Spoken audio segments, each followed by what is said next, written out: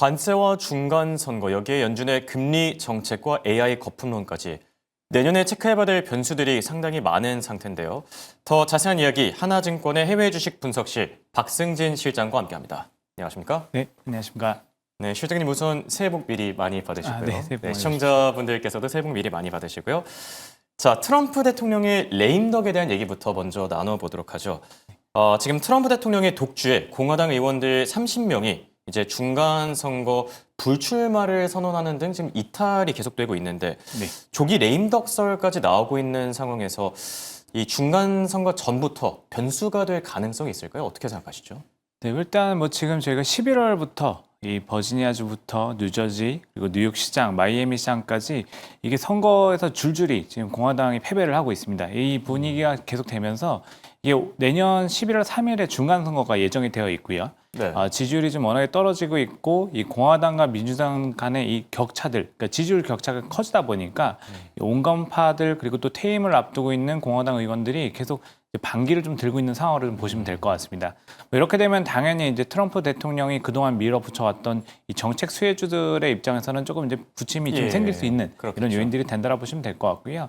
일단 전체적으로 이제 정치적 불확실성이 좀 커지는 부분들이 있기 때문에 뭐 시장에는 당연히 영향을 좀 줄 수 있습니다. 다만 이 부분들에 대해서는 이미 지금 1년 차가 아니고 2년 차에 진입하는 시기에서는 이런 지지율 하락 부분들 이미 좀 파악할 수 있을 거라고 좀 생각을 하고 있고, 사실 뭐 정책에 대한 부분들은 자연스럽게 좀 전환이 될 수 있다라고 좀 보고 있기 때문에 이런 과정들 11월까지 가는 과정에서는 오히려 불확실성이 커지면은 안정화되는 정책들이 나오면서 시장을 좀 진정시킬 수 있는 이런 요인들이 좀 마련되지 않을까라고 생각하고 있습니다.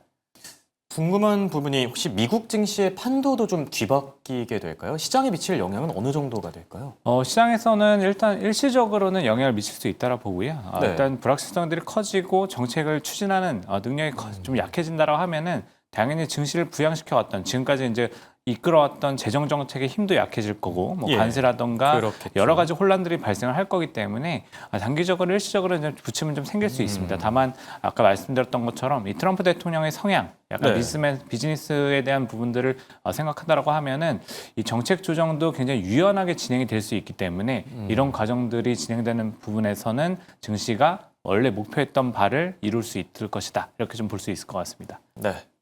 첫 번째 주제로 레임덕에 대한 얘기 나눠봤고요. 관세 정책에 대한 얘기도 저희가 나눠봐야 되겠죠.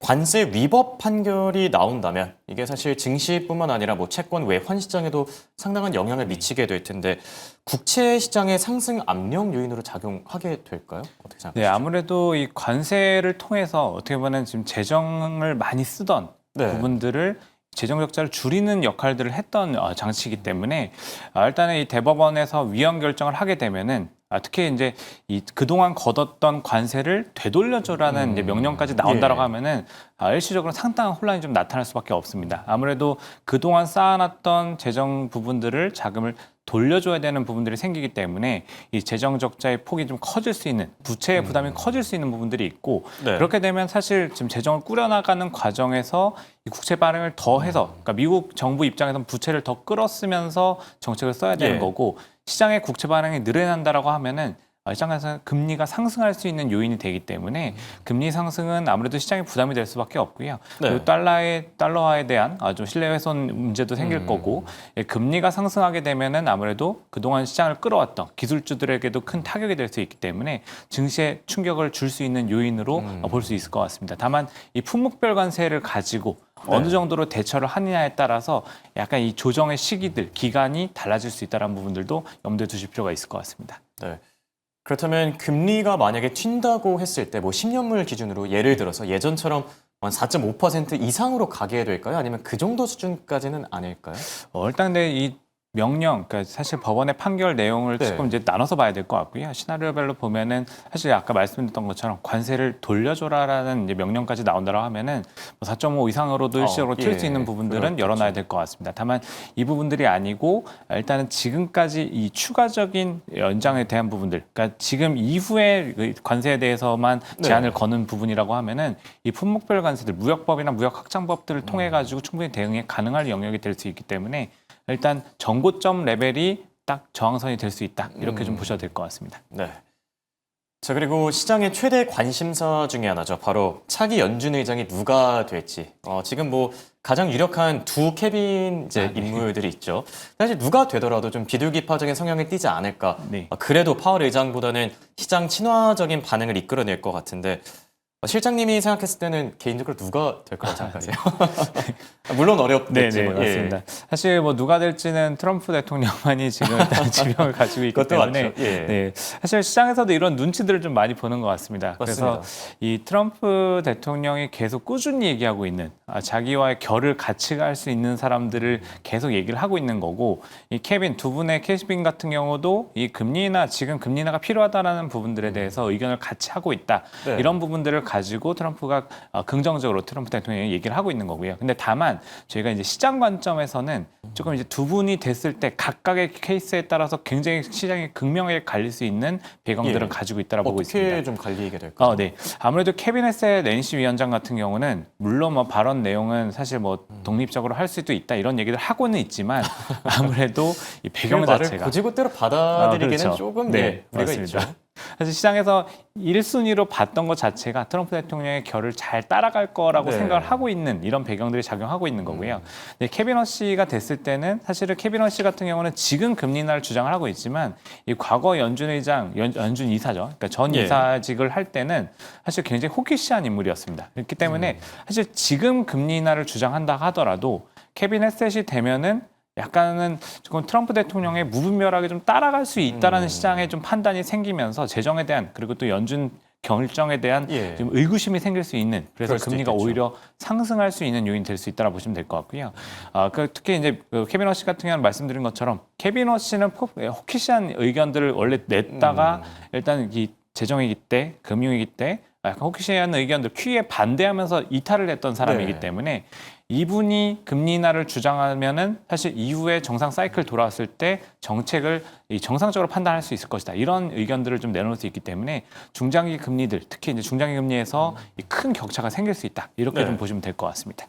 그러니까 어쨌든 뭐 케빈 헤시시 당선되는 것보다 이제 케빈 워시가 연준 의장이 됐을 때 그래도 연준의 신뢰도는 좀 덜 흔들리지 않을까 뭐 이런 생각이 들기도 하고요.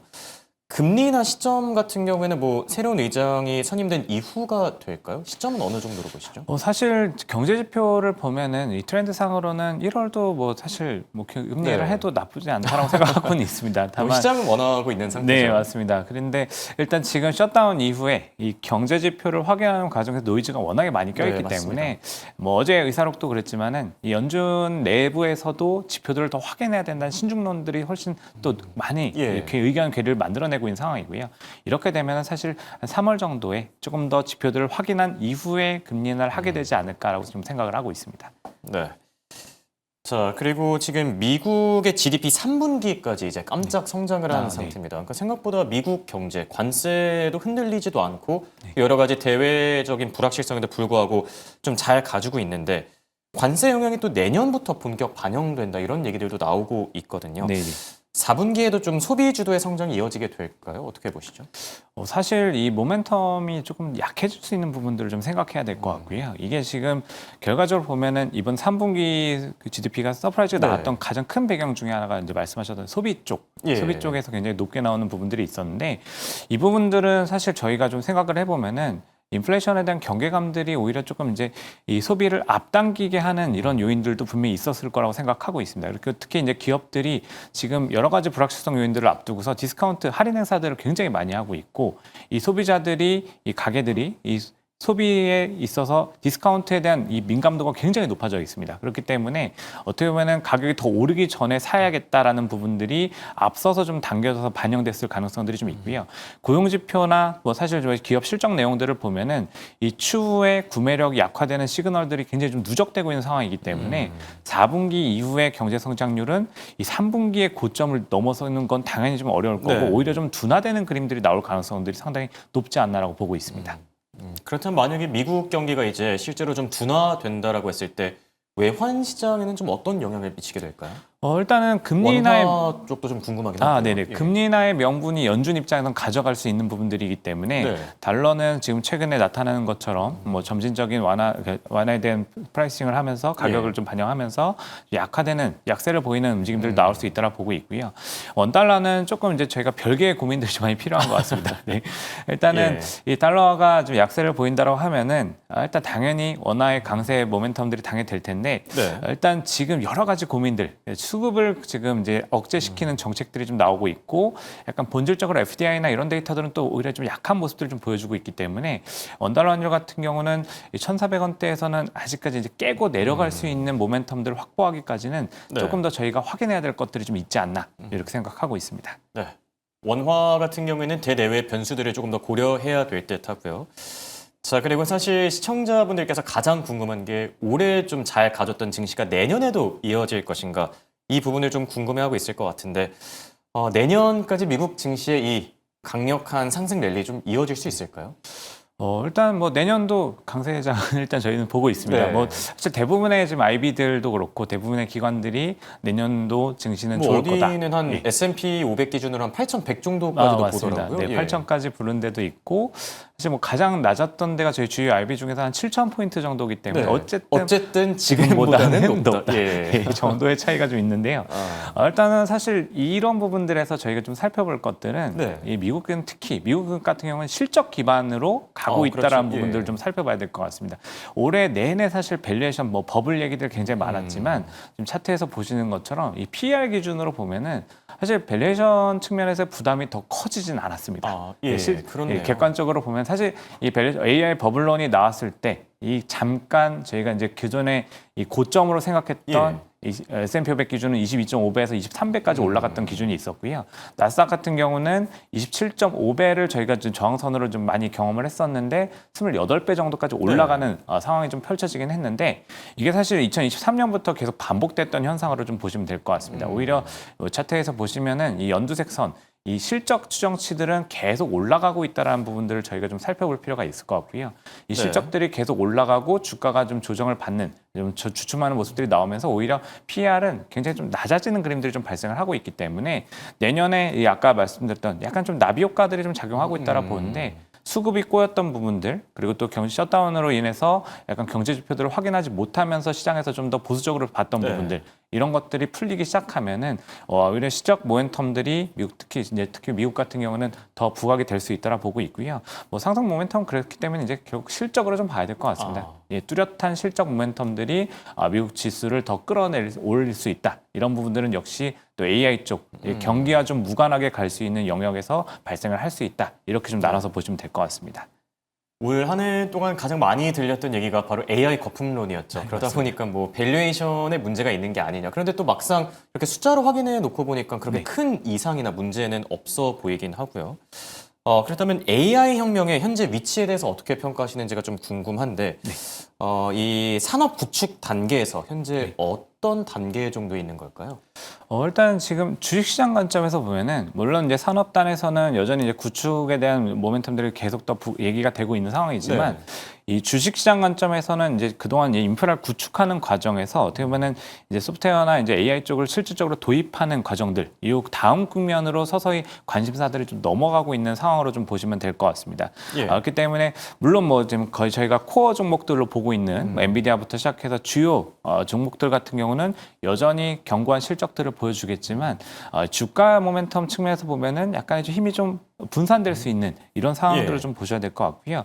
뭐 향후 2, 3년 동안은 어쨌든 이 생산형 AI가 여러 군데를 더 영역을 확장시키면서 파고드는 이런 상황들이 좀 펼쳐질 수 있고 특히 이제 이렇게 되면 소프트웨어 기업들이나 또 실질적으로 이 AI를 장착해가지고 실적을 개선시킬 수 있는 기대들을 부각시킬 수 있는 이런 기업들 쪽으로 어떻게 보면 이제 말씀드린 것처럼 이 구축에서 약간 이제 도입에 대한 이 포지션의 변화들이 시장 관점에서 좀 더 관심을 더 많이 받을 수 있다. 이런 관점에서 좀 보실 필요가 있다고 생각하고 있습니다.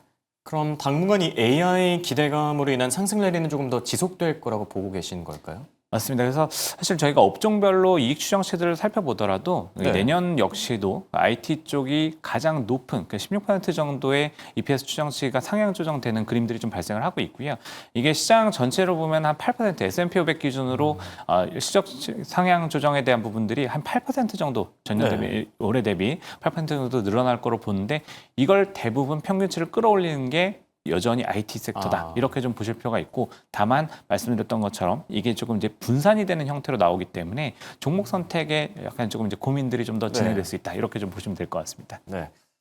확실히 종목을 고를 때 옥석 가리기가 조금 더 중요해지지 않을까 생각이 들긴 하는데 그런데 일각에서는 이런 얘기들도 나오고 있어요. M7보다 S&P 493에 주목해야 된다. 그러니까 한마디로 S&P 500에서 M7을 제외한 나머지 기업들에 주목할 필요가 있다라는 건데 최근에 뭐 IT 기술주보다 은행주가 조금 더 각광을 받는 듯한 모습이기도 했었고요. 네.